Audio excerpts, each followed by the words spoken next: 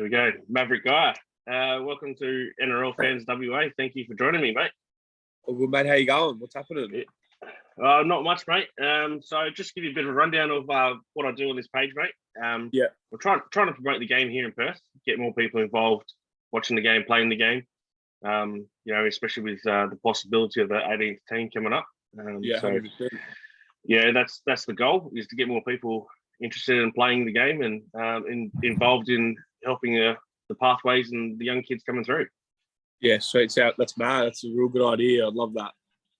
Yeah, thank you. We'll jump into a bit of your footy career. I mean, you haven't debuted in first grade just yet, but you've been through the Penrith Panther development pathways, mate. How's that been for you coming through and watching all the guys in the Penrith system now, winning the last two premierships? Yeah. Well, for me, it sort of started since under 14s. I think that was my first development side. So I've been in sort of the Penrith system my whole life. And then last year was like the first year I got selected to be full-time. So I started that in December last year. Just on day one, I just learned so much. And throughout the whole year, it's just crazy. Like, it becomes your job. And I was a roofer for 3 years, so I didn't take any day for granted, because I know how hard it gets out there for tradies and other people who, have to live like normal lives. Even though I live a normal life, I get to do what I love. It's pretty cool.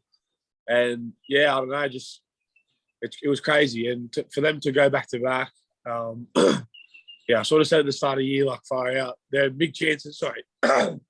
Yeah, right. Yeah, they're a big chance to go back to back. Just the way they train and their professionalism.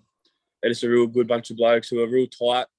You can sort of be yourself around any of them, and they don't judge. It's just all, you go to work or you go to every day training happy. And I think that's what starts. Yeah.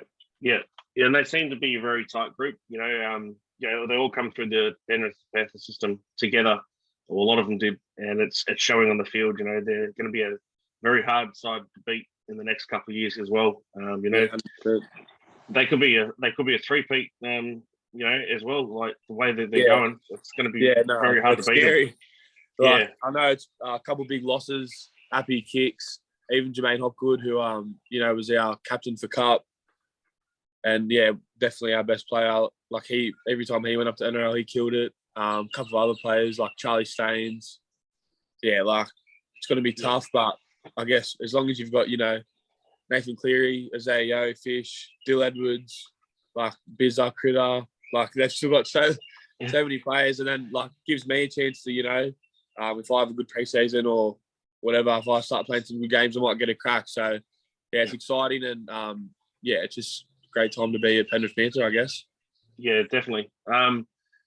Especially with Viliami Kikau moving on. You playing in the second row yourself.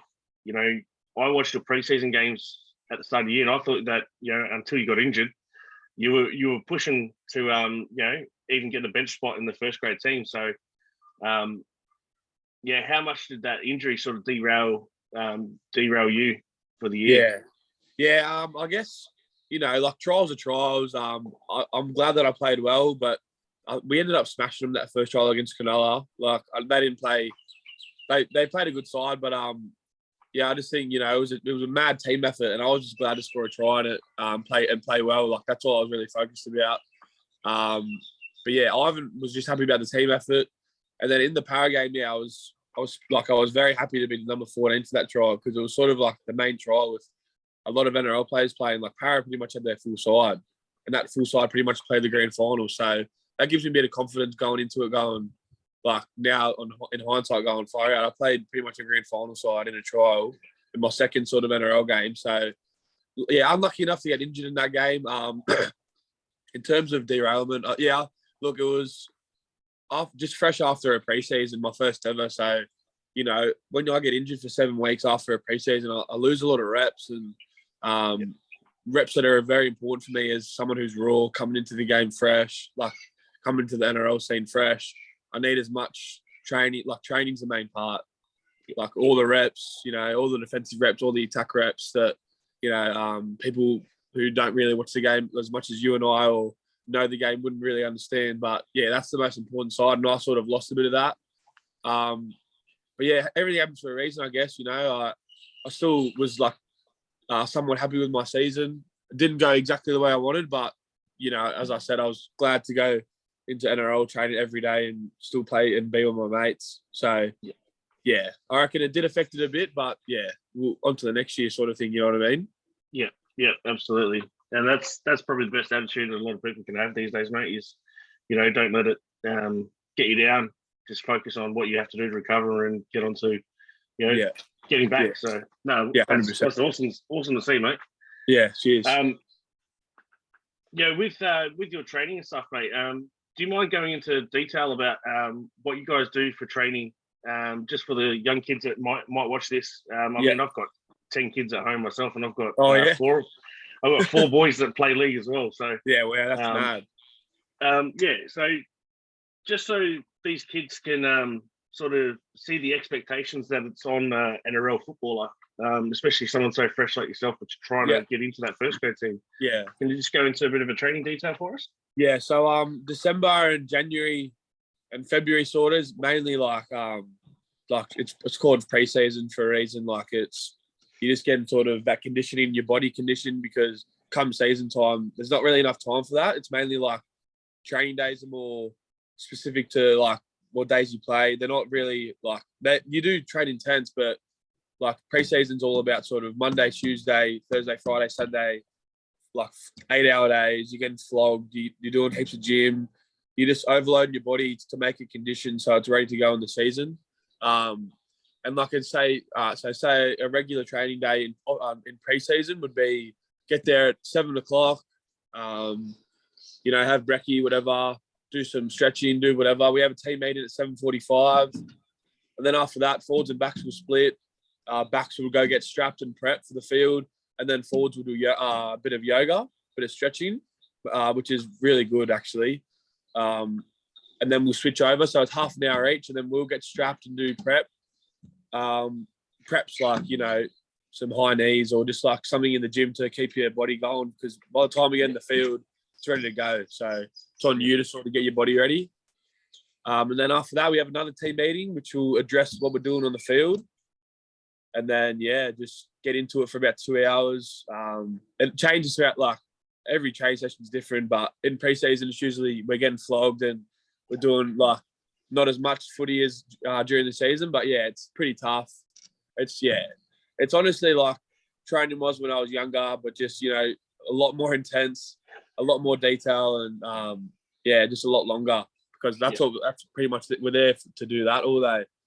And then we'll have lunch after that, team lunch, chill for a bit, and then, get into gym.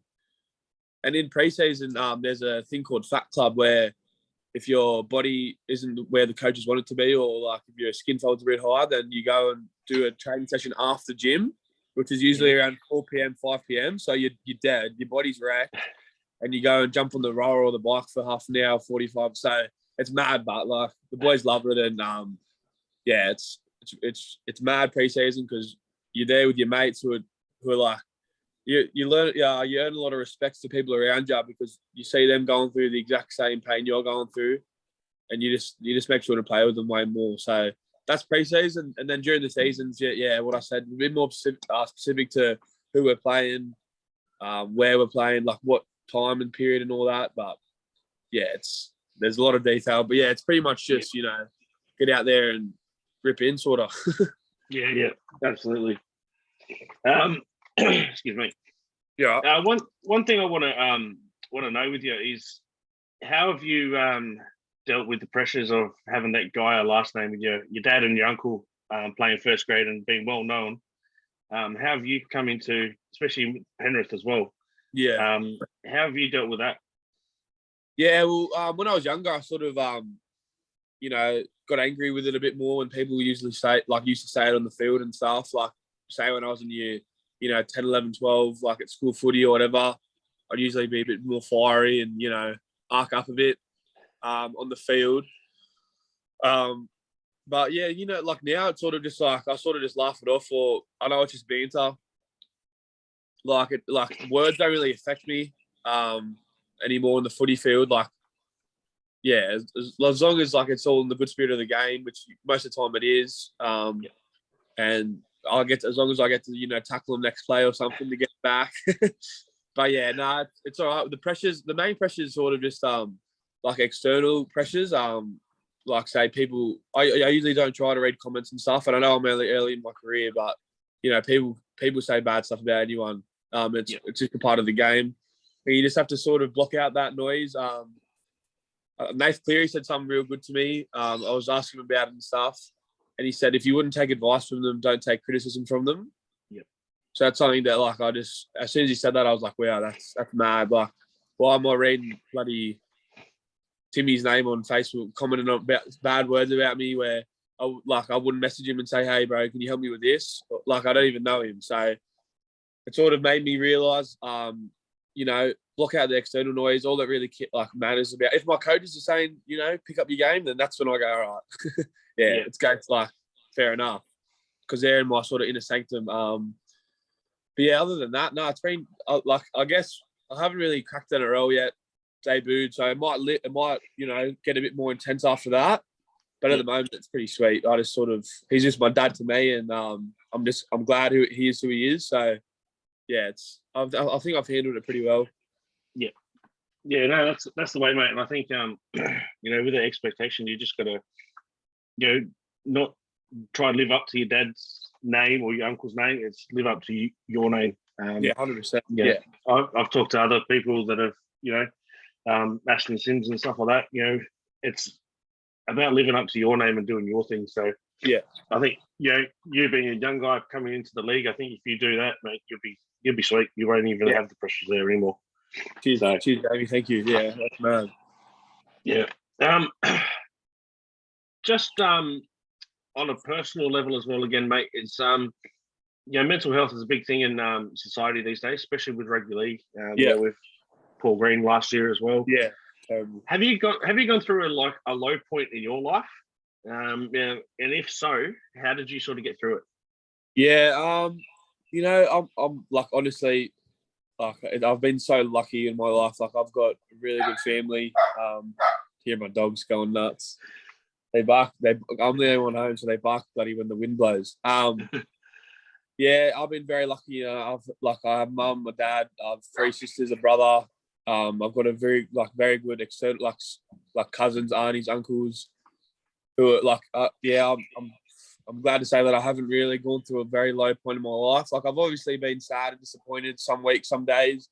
Yeah. Sometimes, like when I was younger, my lifestyle choices, would make mum and dad sad and have arguments and stuff. Like just sort of common teenage dramas, but nothing like, geez, there's people around the world that, just sort of perspective would go through a lot harder things than me. So I think that's sort of something that keeps me grounded, is like perspective. Like if I sometimes I get home and go far out, like why has this happened to me? I'm like, and then I go, mates, like, shut up. Like, you got a family, you got a home, you got water. And that's, it's all, to me, it's about perspective in that sort of sense. And that keeps me sort of not dipping below and, being sometimes like moping around or whatever. Just try and keep in a positive attitude and energy. But yeah, I've been sort of, I guess that's the way I deal with it then. So then it doesn't happen to me. It's a big thing in today's world, and I've got mates who have gone through mental problems. I've known people who have sadly passed away through that, through suicide. So yeah, it's a massive thing, and I just wish I could talk to someone if they were about to, or if they feel that way. Just about, there's always a light at the end of the tunnel. Like, you're only young, you got like 50, 60 years of your life left. Every bad day like turns into a good day, I guess. So yeah, that's the way I sort of deal with it. Yeah, absolutely, mate. I think with the young people these days, they don't think they can talk to other people about it. And that's the big thing. I mean, I've personally gone through a mental health issue, and I found once I surrounded myself with the right people. And a lot to do with my partner now. Once I met her, everything just sort of fell into place, and it was, I stopped taking medication, all that sort of stuff. I stopped drinking as much, Yeah. you know, because I was just burying it with booze. Say lifestyle choices as well. Like people sort of with that, with problems like that, mate, they might go on the weekend and get on a 3-day bender and do drugs and alcohol, and then think to themselves, "Oh, why do I feel this way?" Like it's the proof's in the pudding. Yeah. It's all about lifestyle. And then some people who it doesn't affect lifestyle choices; it just happens to them. Like I pray that they talk to me or anyone. Like you said, you surround yourself with good people, and like good things happen. Yeah, absolutely. You know, and the more people understand that sort of stuff, you know, the better our youth and the people that are suffering this sort of stuff it's gonna be better for them. So but I'm glad you got through it, mate, because you're killing it at the moment. Yeah, you and everyone, and you're looking good. So yeah, hope this concept goes through the roof, because if NRL gets as big as like imagine if it just end up getting as big as the NBA or something in Australia. Like every state was just massive around it. Like it's the best sport in the world. So I don't know. I can't see why I couldn't. Yeah, absolutely. You know, that was the next question was you know, Perth being the 18th team. You know, me myself personally, I would like to see it become a national rugby league. Yeah, we have a team in sort of every state. Yeah, then maybe push to 2 teams. You know, the AFL's done it with going from Melbourne to South Australia, WA, and they've gone up to Sydney, 2 teams in Sydney, 2 teams in Queensland. So yeah. You know, why can't the NRL? You know, I think we can get there. I think the NRL needs to push it. The local competitions need to help. And I guess, you know, people like myself that try to promote the game and get it out there, and you know, have people like yourself come on to chats and podcasts and everything else, and promote the game. It's only going to go up from there. Like, it needs someone like you to sort of push that without having a team there yet. Like for just, you know, someone at home just to go, oh, I might listen to this, and then he might show his mate. You know, and if people around WA talking about footy more, they might drop a team there or two, and I guess that's how things grow. Yeah, like imagine, say, like there's 24, ends up being 24 teams in NRL, and you only verse everyone once, whatever. There's 2 in national, like 2 in WA, 2 in like Perth. Like that'd be pretty cool. Yeah, like all the talent sort of spread everywhere. Like there's enough players. Like there's enough talent. Like the New South Wales Cup comp is a strong comp. Like you could have players spread out around there and that. Yeah, it'd be cool. And I think it might happen. Like we're only sort of young in this like next generation of rugby league where it's growing.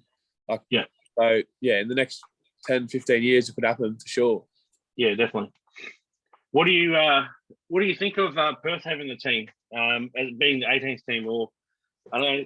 Yeah, I'm going to talk to your old man about this a bit later because he played over here as well.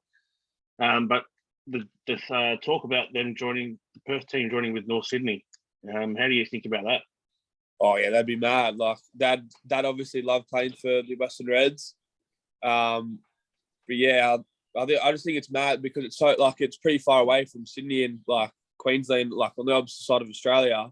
But like if you have a team out there and then say a team at the top of WA or like wherever, like it just spreads out rugby league across the country. And like you said, a national rugby league would be mad. Like Perth, we have Origin in Perth, and like people love going there. I guarantee you go to the games when it's there. Absolutely. I've been to both, even though I'm a Queensland supporter. I've been to both games. Yeah, mate. Yeah. Oh, I might hang up right now. Nah. 100%. I think it'd be mad, and I hope they do it. I think Dad will say the same.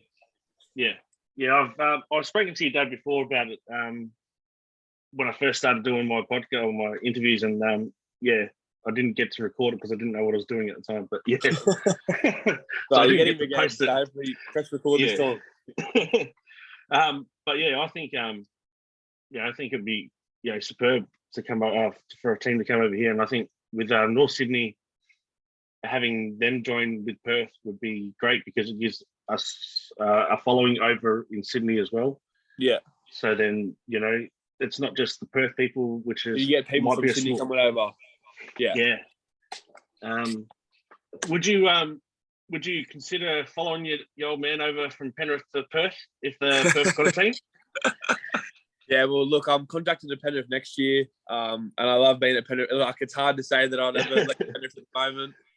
but yeah, who knows? You know, I guess I just want to play footy. So if I had to, like, I'd love to, but yeah, I'm happy where I am at the moment. Yeah.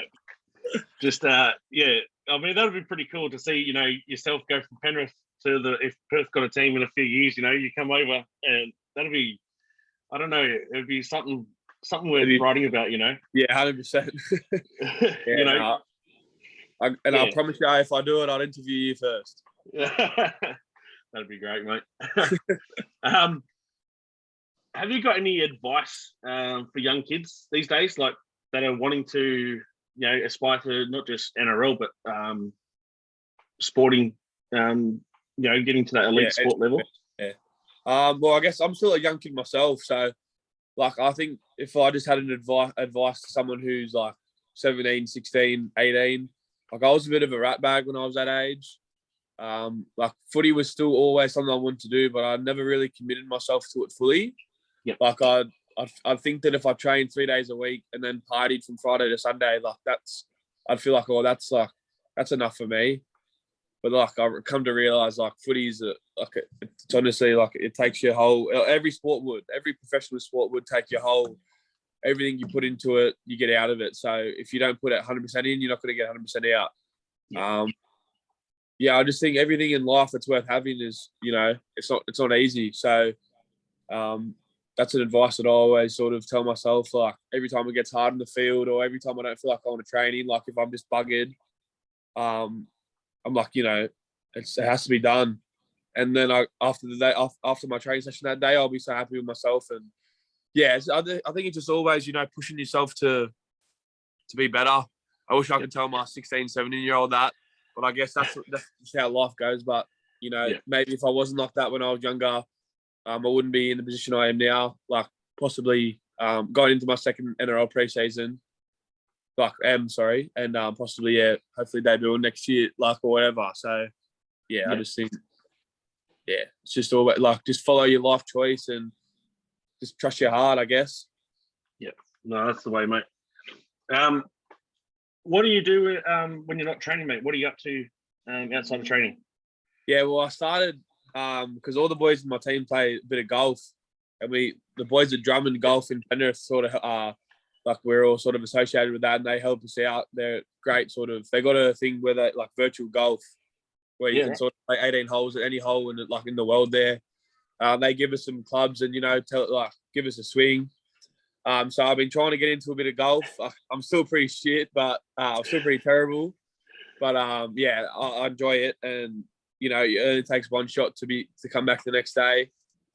But in off season, I've been trying to train as much as I can, like, because, you know, when you go back, you don't want to be doing nothing because it hits you like a ton of bricks if you do. Yeah. But yeah, it's still been like I've been going to gym nearly every day with my mates, like from outside of footy, who work and that, catching up with them, having a couple of drinks here and there. Like, still enjoying myself, because when it's like go time, you sort of have to be isolated a bit and just focus on yourself. But yeah, probably gym, golf, and just kicking back, I guess, watching a couple of movies. Actually, I've also been helping my dad out in the I've also been helping my dad out in the gym. So he owns a gym 2 minutes down the road called MG Active, and I've been running a couple, like helping my brother run a couple classes down there, and my dad. So I mean, because I'm doing my Cert 3, so nice. Staying busy, and hopefully, when I go back to pre-season, it doesn't hit me like a ton of bricks. No, I don't think it will, mate. You know, if you go to the gym, you put in that time and the effort, mate. I don't think it will. It's going to be hard no matter what. But if you put in that effort, mate, it's going to be a lot easier than the people that are sitting on their ass doing nothing. So well, exactly. Like, it's going to be hard no matter what, and if you just keep telling yourself that, it's always going to be hard. Like, may as well just do it. Yeah. Like, it's a lot easier for your brain, because it's all mental. Like, your body can go through a lot more than just the pre-season. Like, people go to war and etc. Like, they do hell weeks and that, which I guarantee would be a lot more intense. Yeah. So if you just tell yourself your body can, then it's a lot easier on the mind. Yeah. Well, like you said before, true. But like you said before, with your training schedule, you know, pre-season, is intense, and then once you get into the season, it starts to taper off. You know, not as intense in fitness wise, but you still have to do that sort of stuff. I guess upkeep it. Yeah. But I think once you get through that preseason, you'll be fine. Yeah, sort of like once you get through that preseason, it's a bit relieving, but then it's that's when the pressure starts lifting because it's like game time. I guess during preseason, like you don't really have any pressures about your mental's pretty sweet because it's all about just training. Like you're happy to be around your mates, you're loving it because there's obviously like a pressure to sort of perform at training, like with you got Ivan and the coaches watching you constantly. But yeah, I guess once the preseason ends, even though it might get a little bit easier training wise, it gets a lot harder. Like sort of focus and your daily habits have to be a bit stricter because it's game time, and that's the main thing we do it for. We don't do it to do preseason; we do it to play footy, sort of thing. Yeah. I like so. That's sort of like what's the word? Say bittersweet, sort of. You know what I mean? But you're ready to go, so it's mad. Like as soon as preseason finishes, you just hanging to play footy. Yeah. So yeah, it's mad. It's always good. No, that's it, mate. That's it. That's all I got for you, Mav. I really appreciate you giving me your time. If you're ever in Perth, mate, hit me up. We'll go for a round of golf or and go for a meal or something. But I really appreciate you giving me your time today, buddy. Yeah, well, good, Jamie. I love what you're doing. As I said, I hope it gets big in Perth. It obviously already is, but people like you who are doing what you're doing and interviewing players and getting like the word out there, it's just going to grow. And another Perth team there might be sweet. I might see you there in the colours. Yeah, definitely, mate. That'd be great. That'd be awesome to see you, mate. Have a good one, brother. Nice to meet you. Thanks. You too, mate. Thank you very much. See you later. See you, bud.